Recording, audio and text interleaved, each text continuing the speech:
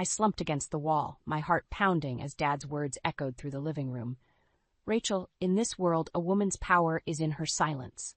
Grandma Edith shot him a furious glare. Silence is not power, it's submission. You're suffocating her spirit. Dad's face reddened, and he turned his wrath on me. Go to your room, we'll discuss your disrespect later. I hurried out, tears stinging my eyes. Another misstep, another punishment looming. Grandma was right, my life felt like a prison, my voice constantly muzzled. Later that night, I heard shouting from downstairs. Grandma's voice rose defiantly above Dad's angry bellows. You can't keep treating her like this. She's not a possession to control. There was a loud crash, and my blood froze. I crept down the stairs to find Grandma clutching her cheek, a shattered vase at her feet. Get out, Dad snarled. You're a bad influence. Grandma looked at me, her eyes pleading. Come with me, Rachel, please. I didn't hesitate. Grabbing her hand, we fled into the night. Grandma's little house was cluttered but cozy, filled with life and laughter. She encouraged my love for art, something Dad had forbidden as frivolous. With her, I could breathe freely. A few years later at a local art fair, I met Marcus. Charming and supportive, he seemed like the perfect antidote to my oppressive past. Your work is incredible, he said, admiring my vibrant paintings. You have such talent. I blushed, captivated by his warm smile and genuine interest. Grandma approved, thrilled to see me happy. We married quickly, and at first everything was blissful. But gradually, Marcus's subtle criticisms began. Don't you think you're spending too much time on your art? He'd ask, frowning at my paint-stained hands. The house needs more attention. I brushed it off, not wanting to see the warning signs. Grandma's concerns, however, grew harder to ignore. Be careful, Rachel, she cautioned. His words may seem harmless, but they're trying to control you. I assured her it was fine, that Marcus simply wanted what was best for our future. But deep down, unease stirred, a sense that the silence I'd fought so hard to escape was closing in once more. The morning after our frantic escape, Grandma looked at me with sad eyes. I'm so sorry, Rachel. I should have gotten you out of there sooner. I squeezed her hand. You saved me. That's what matters, she smiled wanly. Your father, I always hoped he'd change, but some people are too set in their ways. An uncomfortable silence fell until she brightened. But now you're free. Free to live, to create, to become who you were truly meant to be. Under Grandma's guidance, I blossomed. Her chaotic little house became my sanctuary, a world away from Dad's harsh rules. I spent hours painting, pouring my pent-up emotions onto the canvas. At 18, I entered my first art show selling 3 pieces. The thrill of that accomplishment, the joy of strangers connecting with my work, nothing compared. Grandma beamed with pride. A few years later, at another local fair, a deep voice startled me. Excuse me, miss? Your paintings? They're breathtaking. I turned to see a tall, well-dressed man smiling warmly. Something about his gaze made me feel truly seen. I'm Marcus, he said, offering his hand. And you are? Rachel? I couldn't help but blush at his intense focus. Over the next few months, Marcus became a constant presence, always supportive, always in awe of my talents. With Grandma's blessing, we began dating, and I found myself falling for this caring, enlightened man. We married quickly, caught up in a whirlwind of romance. Marcus embraced my art, encouraging me to turn our small apartment into a studio. Your creativity deserves to be nurtured, he'd insist. But slowly, almost imperceptibly, his tune began to shift. Don't you think you're spending too much time cooped up in here? He'd remark, eyeing my paint-splattered clothes with distaste. The apartment's a mess. I tried not to read into it, chalking it up to his desire for order. But the comments grew more pointed. We can't live like starving artists forever, he chided one evening, flicking at a stray brushstroke on the wall. Your hobby is distracting you from more important things. My chest tightened, Gran's warnings echoing in my mind, but I pushed them aside, clinging to the belief that Marcus only wanted the best for us. Then, like a dark cloud blocking the sun, Cheryl arrived. Marcus's mother swept in without warning, her cold eyes immediately finding fault as she surveyed our living space.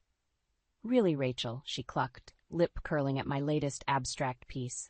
You've let things get quite out of hand here. Marcus shifted uncomfortably. Mother's just trying to help, dear. We could use a woman's touch around here. And just like that, the walls began closing in once more. With Cheryl's arrival, a palpable shift occurred in our home. Her critical gaze seemed to find fault with everything I did. "Honestly, Rachel, how can you let the dishes pile up like that?" She tsked, already rolling up her sleeves to take over. "No wonder Marcus is dissatisfied." Marcus would shrug apologetically. "She's just trying to help, dear. Let her." I bit my tongue, reminding myself that mothers-in-law could be difficult, but Cheryl's help quickly became a stranglehold. New stringent rules governed the household. My art supplies were relegated to a tiny alcove, paints and brushes scrutinized as unseemly clutter. Cheryl made no secret of her disdain for my hobbies. "A woman's purpose is maintaining her home," she declared one evening over a dinner I'd burned while distracted painting. "All this." She waved a hand at my rejected canvases. "It's just selfish indulgence." Marcus stayed silent, avoiding my hurt gaze. I wanted to protest, to remind him how he'd once delighted in my passion. But the words withered in my throat. Cheryl's control seeped into every aspect of our lives. She criticized my makeup, my clothes, the way I swept the floors. Nothing was ever good enough. "You're too soft on her," I overheard her berate Marcus one night. "You need to take the reins, son." The next morning, Marcus's eyes were cold as he handed me a list of chores and budget mandates. "We're going to start doing things properly from now on," he stated flatly. "My mother knows best." I stared at the draconian edicts, a knot forming in my throat. This was exactly the kind of oppression I'd fled from my parents' home. But I was a wife now. Wives obeyed their husbands, kept their households in order. That's what Cheryl and society demanded. So I fell silent and nodded. In the coming weeks, my life contracted around me. Art supplies were banned, deemed wasteful. Cheryl monitored our finances with an iron fist, doling out a paltry allowance for necessities. "We can't have you frivolously spending on those silly painter's materials," she sniffed. I mourned my creations, my vibrant colors slowly graying like my mood. Surreptitiously, I began sketching in hidden corners, hoarding pilfered pencil stubs and charcoal like treasured gems. It wasn't much, but it kept me sane amid the increasingly oppressive household rules. Make the beds precisely at 6 a.m., dust on Mondays and Thursdays only, dinner on the table promptly at 6:30 p.m. Failure to comply brought Cheryl's withering scorn and Marcus's cold disappointment. I walked on eggshells, each day a battle to hold my tongue against their constant belittling. "You're fortunate we put up with your nonsense," Cheryl snapped after I missed a spot whilst cleaning. I clenched my fists, desperately biting back the litany of retorts I longed to hurl. But one cutting remark slipped through. "Yes, I'm so lucky to have such control over my life." The slap cracked like a gunshot. I reeled, tasting blood as Cheryl's ring split my lip. Marcus watched impassively as she grabbed my hair, yanking me close. "Don't ever forget your place again," she hissed, eyes glittering with cruel satisfaction. "You'll do as you're told, or I'll make your life a living hell." I shrank back, cradling my stinging face as she stormed off. Marcus simply turned and followed, leaving me alone to lick my wounds. Curling on the bed that night, I traced the throbbing cut on my lip and finally let the tears flow. How could I have been so blind, so naive as to think I'd found an ally in Marcus? He was just another link in the chain, another cruel jailer suffocating my spirit. But a spark within me refused to be extinguished. I was stronger than their harsh words, stronger than their rules. I would find a way to breathe freely again. Grandma's voice echoed in my mind. "Never forget who you are, Rachel. Your fire cannot be snuffed out so easily." And with that defiant flicker burning bright, I began plotting my escape. With my escape plans simmering, I attempted to keep a low profile around Cheryl and Marcus, but their disdainful glares made that impossible. "What's this?" Cheryl sneered one morning, holding up a pencil sketch I'd carelessly left out. She crushed it in her fist. "Haven't you learned your lesson about these childish pastimes?" I stared at the crumpled paper, something inside me cracking. Before I could stop myself, the words burst out. "It's not a pastime. It's my passion." Her eyes narrowed to slits. "Your passion?" She barked a laugh. "Don't be ridiculous. A woman's passion is her family, or haven't I made that clear?" Seething, I opened my mouth, but Marcus cut me off. "That's enough, Rachel. Don't disrespect my mother." I gaped at him, stunned by his callous disregard for my feelings. The man I'd married, the one who once kindled my creative flame, was gone. This Marcus was cold, indifferent, a pale echo of his former self. Cheryl smirked victoriously. From now on, I'll be handling all finances. Can't have you wasting money on silly hobbies. She plucked my debit card off the counter. This is for your own good, dear. Impotent rage coursed through me, but I bit back my protests. Confrontation was useless against their united front. Over the following weeks, Cheryl's iron grip tightened until I felt smothered. She monitored every penny, allowing only meager funds for basic necessities. My art supplies, what little remained, were disposed of as wasteful clutter. A wife's role is maintaining her household, she proclaimed loftily, not indulging in silly distractions. I wanted to scream, to rage against her antiquated, oppressive beliefs, but one look from Marcus's disapproving eyes and the fire in my chest sputtered out. I was trapped, a bird in a gilded cage. My only solace came from secret messages with Lisa, my childhood friend. Late at night, I'd risk texting her about my suffocating home life, finding comfort in her outraged support. "You have to get out of there," she wrote one evening. "This is textbook abuse, Rachel." I traced the words, feeling both validated and afraid. Could she be right? Was this really abuse? The thought made my head spin. Marcus and Cheryl were difficult, controlling even, but abusive? Surely not. I was overreacting. Pushing aside my doubts, I kept venting to Lisa, finding strength in her empathy and care. Until one fateful night shattered that lifeline. "Who are you messaging?" Cheryl's voice sliced through the darkness like a whip. I startled, nearly dropping my phone as she loomed over me, eyes glinting with suspicion. "No one," I stammered. "Just an old friend." She snatched the device from my hands. "You know the rules about frivolous distractions. No exceptions." "Please, it's just... Did you hear me?" She raised her voice, cheeks mottling. "I said no exceptions." Marcus appeared in the doorway, frowning. "What's going on? Your wife was disobeying me. Again." Cheryl's tone dripped with disdain. "Wasting time texting friends instead of focusing on her duties." He crossed his arms, fixing me with that disapproving glower that made me shrink inside. "We've talked about this, Rachel. My mother's rules are for our own good." I opened my mouth, desperate to explain, to defend myself. But Cheryl silenced me with a contemptuous look. "Clearly, you can't be trusted to follow simple instructions." She pried open a drawer and dropped my phone inside, along with my laptop. "No more distractions until you've learned your place." The finality of the slam made me flinch. Just like that, my last link to the outside world severed. I was alone, truly utterly alone with my tormentors. Without my phone and laptop, the walls closed in tighter than ever. My only connection to the outside world had been Lisa's understanding texts. Now, even that lifeline was severed. Cheryl's iron fist ruled every aspect of our lives. Schedules, chores, budgets, all dictated her draconian policies. One errant step, one perceived infraction, brought her wrath crashing down. "You missed a spot," she'd hiss after inspecting my cleaning. Again. "Are you intentionally trying to disrespect me?" I'd shake my head mutely, swallowing my protests as she berated me like a child. Marcus stood stone-faced during these tantrums, neither defending nor condemning me, just cold, silent indifference. Occasionally I caught him staring at me with an unreadable expression. A glimmer of the man I'd married flickered in his eyes as if struggling to surface, but it never did. One cowed look from Cheryl and that spark instantly extinguished. "Why are you looking at her like that?" she'd demand, voice dripping venom. The girl needs discipline, not pity.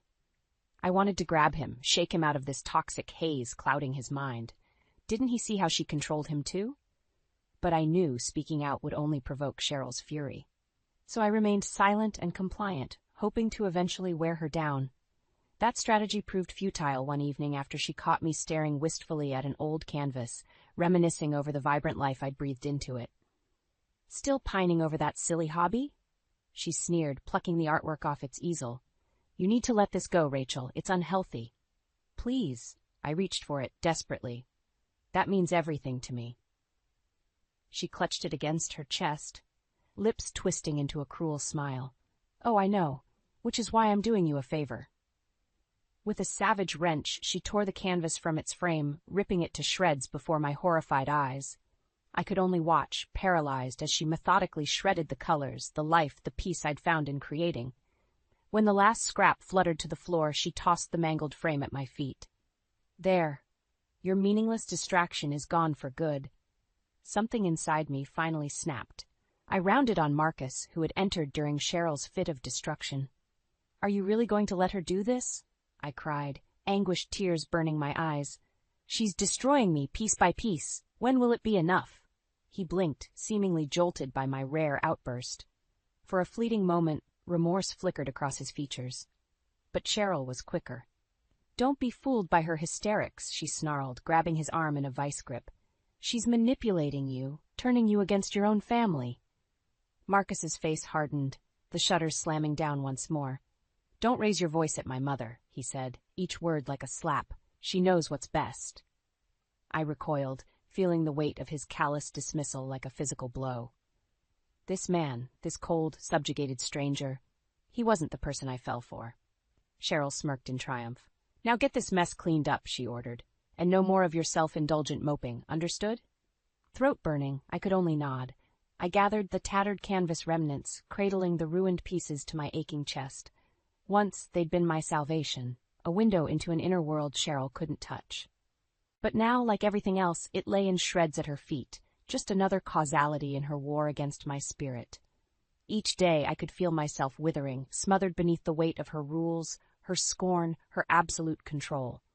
That night, I cried myself into an exhausted sleep, dreaming of Grandma's warm embrace, her fierce insistence that my voice mattered. "You have more strength than you know," she always vowed. "Never let them silence you, Rachel." But it was hard to believe that now. I felt so powerless, so hopelessly trapped in this waking nightmare. Except, in the darkest hours before dawn, I was struck by a reckless thought, a tiny spark of defiance that would not be extinguished. Slowly, ever so slowly, I began plotting a way to reach out to Lisa again.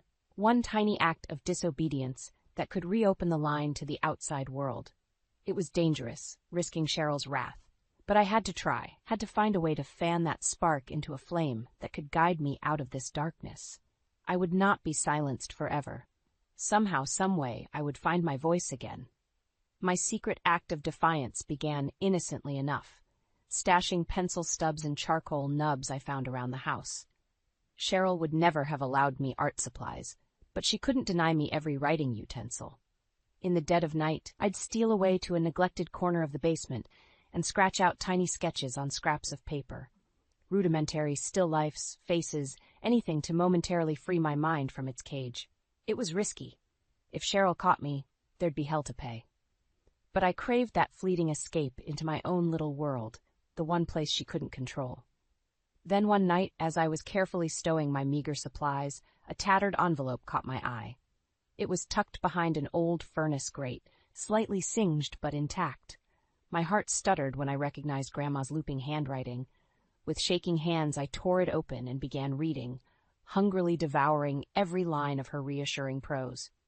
"My dearest Rachel," she wrote, "each day I think of you and pray you found even an ounce of the freedom and happiness you deserve."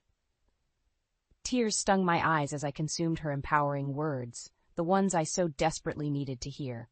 Grandma had always been my rock, my safe harbor against the storms of life. Reading her letters made me feel cradled in her embrace once more. I quickly found the rest of them, a small cache Cheryl must have confiscated and then forgotten in her zealousness to cut me off from any outside influence. Each envelope was like a lifeline, a reminder that I wasn't alone, that I had an ally in my corner. "You are stronger than you know," Grandma's looping script insisted. "Never let that bitter shrew make you forget your fire." The letters reawakened a defiant spark I'd thought long extinguished under Cheryl's oppressive boot. My art, my voice, my very identity, she couldn't erase them, couldn't grind me down no matter how hard she tried. I began devouring the letters hungrily, daring to let myself dream of an escape, a future where I could breathe freely again. The sketches grew more elaborate, infused with newfound determination. But in my haste to savor Grandma's advice, I got careless. One night, as I was returning the letters to their hiding spot, a floorboard creaked behind me. I froze, dread churning my gut as a familiar sneer cut through the darkness. Well, isn't this just precious?" Cheryl's bony hand snatched the letters from my grasp, lips curling in distaste as she rifled through them. "So that's been your little secret." She fixed me with a glower that made my skin crawl. reading this treacherous bile behind our backs. They're just letters, I whispered, anxiety clawing up my throat. From my grandma. They're all I have left of her. Exactly.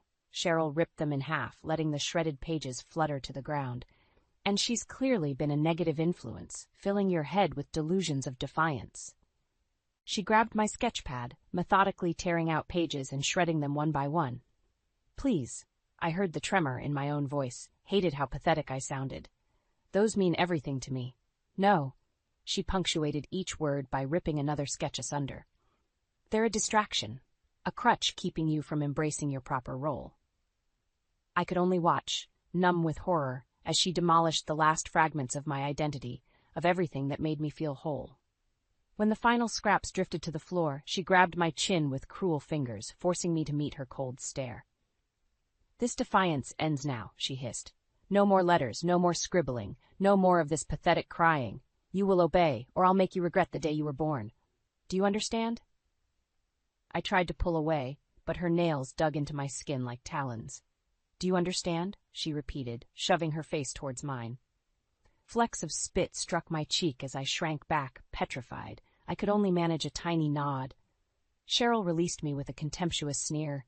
Good. See that you remember it. She stormed off, leaving me huddled amid the tattered remnants of my spirit. I gathered the shredded sketches, the torn letters, and cradled them against my heaving chest. Grandma's parting words, now slashed to ribbons, drifted through my mind. Never let them break you, Rachel. Never stop fighting. But as I wept over the ashes of my defiance, it was hard to see how I could ever keep that promise. After Cheryl's chilling outburst in the basement, an eerie calm descended over the house. She watched me like a hawk, looking for any hint of defiance to snuff out. I walked on eggshells, jumping at every creak, flinching from her piercing glares. Marcus, as usual, stayed silent and aloof. Whether he agreed with her tactics or simply lacked a spine, I couldn't tell. He just passively observed the slow erosion of my spirit. I knew placating Cheryl was useless in the long run. Her cruelty ran too deep, her need for domination too insatiable, but open rebellion would only provoke her wrath. So I bided my time, bottling my anger, my anguish, focusing it into a simmering determination. I would find a way to escape this nightmare. Somehow, some way, I'd break free. The opportunity came one night at dinner. Cheryl had been needling me all evening with snide remarks about my cooking, my cleaning, my inadequate performance as a housewife. Honestly, Rachel, she clucked, grimacing at the lumpy mashed potatoes I'd made. Is it too much to expect an edible meal?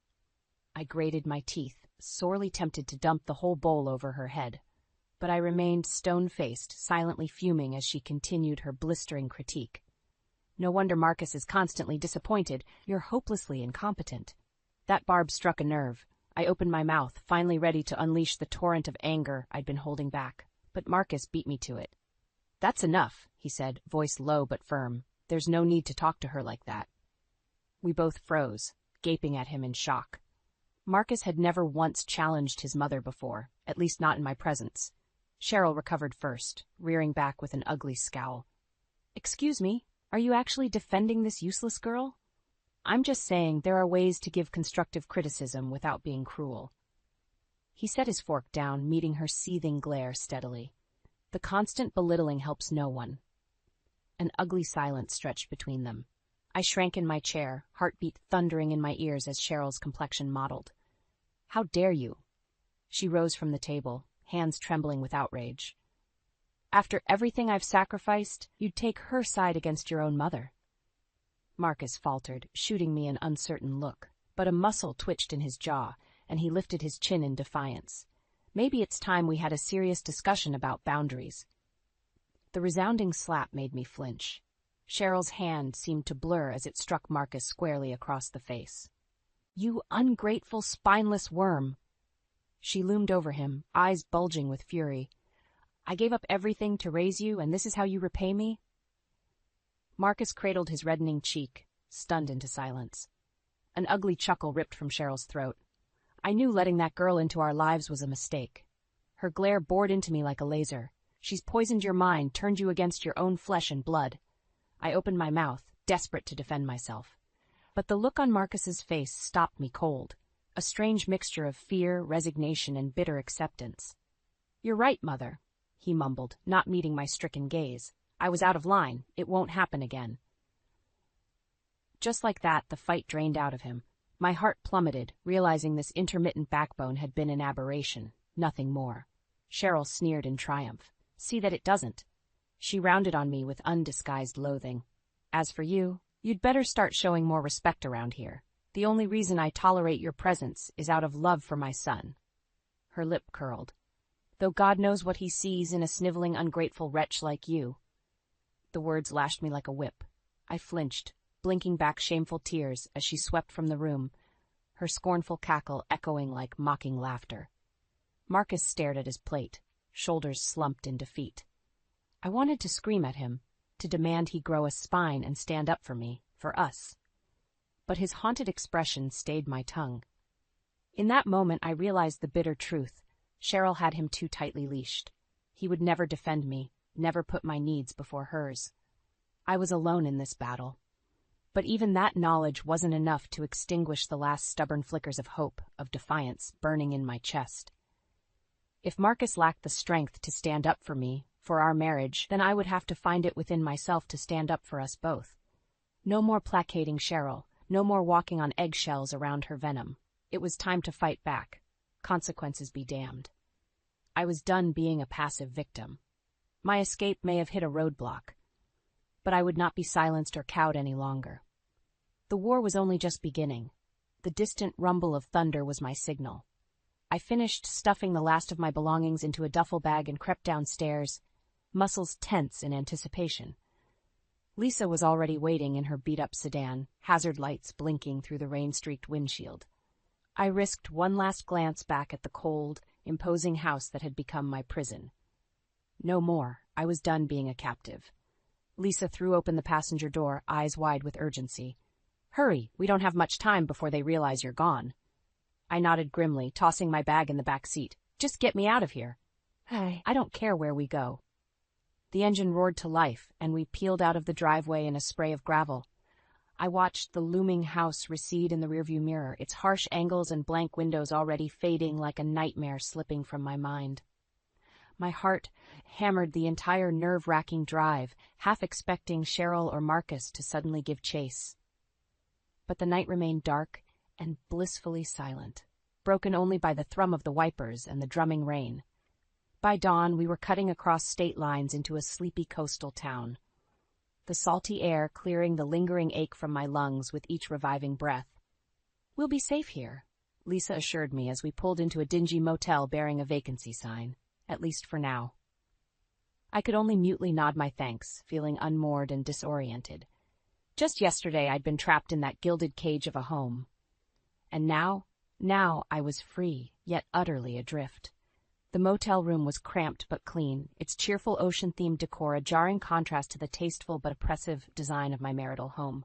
So many memories lingered in those cold, sterile rooms. Here I could breathe again, really, truly breathe. Lisa squeezed my shoulder, eyes shining with a mixture of worry and pride. You're out, Rach. You're finally out of that nightmare.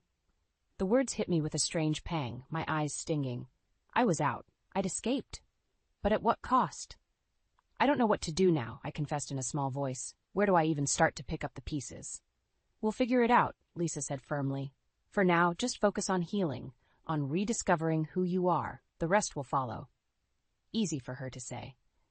That years of conditioning under Cheryl's tyrannical rule had stripped me of any sense of identity beyond meek, obedient housefrau. Who was I, really, if not the cowering, defeated creature she'd molded me into? Lisa must have sensed my doubts. You're stronger than you think, Rach. That's why you got out. I wished I could share her conviction, but my mind kept spiraling back to Marcus and the shattered remnants of the life I thought we'd have. How could I ever trust myself, or anyone, again after being so thoroughly deceived? Over the next few days, I drifted through the unfamiliar town in a fog, half-heartedly job hunting, as Lisa insisted, but struggling to imagine any future for myself beyond mere survival. I was rudderless, unmoored, suffocating beneath the weight of all I'd endured. So consumed by my inner turmoil that I nearly walked straight into an elderly gentleman on the boardwalk. "Easy there, miss." The cheery voice broke through my stupor. "You look 1,000,000 miles away." I blinked, refocusing on the kindly face and warm brown eyes crinkling with concern. For some reason, his affable manner immediately put me at ease. Sorry, I wasn't watching where I was going. I shifted the strap of my bag awkwardly. Just got a lot on my mind lately. Ain't that the truth? He chuckled, squinting against the sun.